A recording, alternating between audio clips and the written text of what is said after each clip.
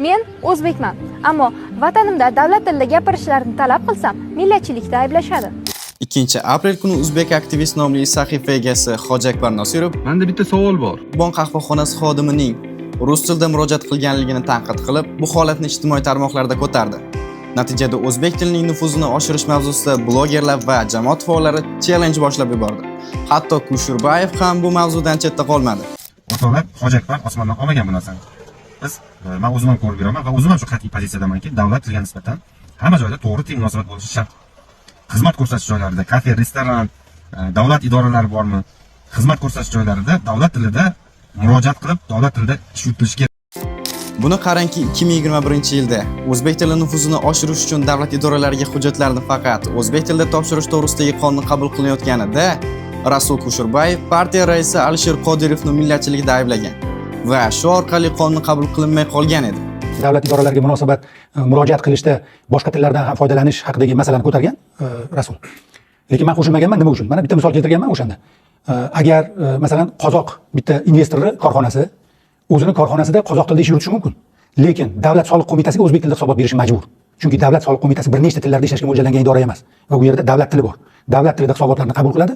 Qaysi millatdagi korxona bo'lishidan qat'iy nazar, o'z ichida ishini qanday xohlasa yuritsin. Lekin davlat idoralariga beradigan hisoboti davlat tilida bo'lishi shart degan masala asossiz tortishuvlarga sabab bo'lgan. Va ikkinchi e'tiroz qayerda bo'ldiki, odamlarni o'zbek tilida gapirishga majburlamagin degan masala bo'lgan va bu yerdan qandaydir qilib millatchilik haqidagi bir his-tuyg'ular keltirib chiqarildi. Qonunning 3-moddasida shaxslar aro munosabat tili shaxslarning o'zi tomonidan tanlanishi aniq lo'nda belgilab qo'yilgan. Ya'ni bu yerda O'zbekistonda yashaydigan qaysi millat bo'lishidan qat'iy nazar, shaxslar bilan munosabatda til tanlash bemalol xohlagan tilda gapiradi. Mana shu qonunda birorta ziddiyatga keltirib chiqaradigan masala yo'q. Lekin shu qonunni milliy masalaga aylantirishga bo'lgan yo'q joydan, tekis joyda millatchilikka aylantirishga bo'lgan bir harakat bo'ldi va asossiz ravishda men millatchilikda ayblandim. Ya'ni O'zbekistonda davlat tilini mavqeini ko'tarish, davlat tilida foydalanish imkoniyatlarini kengaytirish bo'yicha keltirgan takliflarimiz, aynan shu 12 va 13-modda bilan bog'liq bo'lgan takliflarimiz shunday qattiq qabul qilindiki, go'yoki biz boshqa millatlarni tahqirlayapmiz.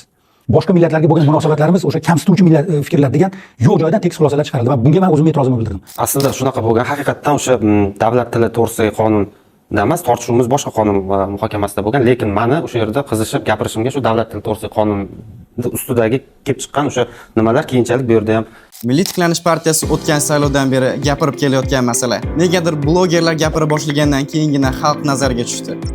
Shu kabi partiyaning bir necha yildan beri tashqi reklamalarda o'zbek tilining ustuvorligini ta'minlovchi qonun ham negadir xalq qo'llab-quvvatlovidan chetda qolmoqda. Alisher Qodirov va Milliy tiklanish doim xalqning og'riqli masalalarini ko'tarib chiqqan. Ammo xalq uni yoki noto'g'ri tushungan yoki propagandachilar tomonidan noto'g'ri talqin qilingan. Milliy tiklanish doim millatning ruhi bo'lgan til masalasida hammadan ko'ra ko'proq qayg'uradi. Siz nima deb o'ylaysiz? Yuqoridagi qonunlar qabul qilinishi kerakmi yoki tilga be'tiborligimizcha qolaveramizmi?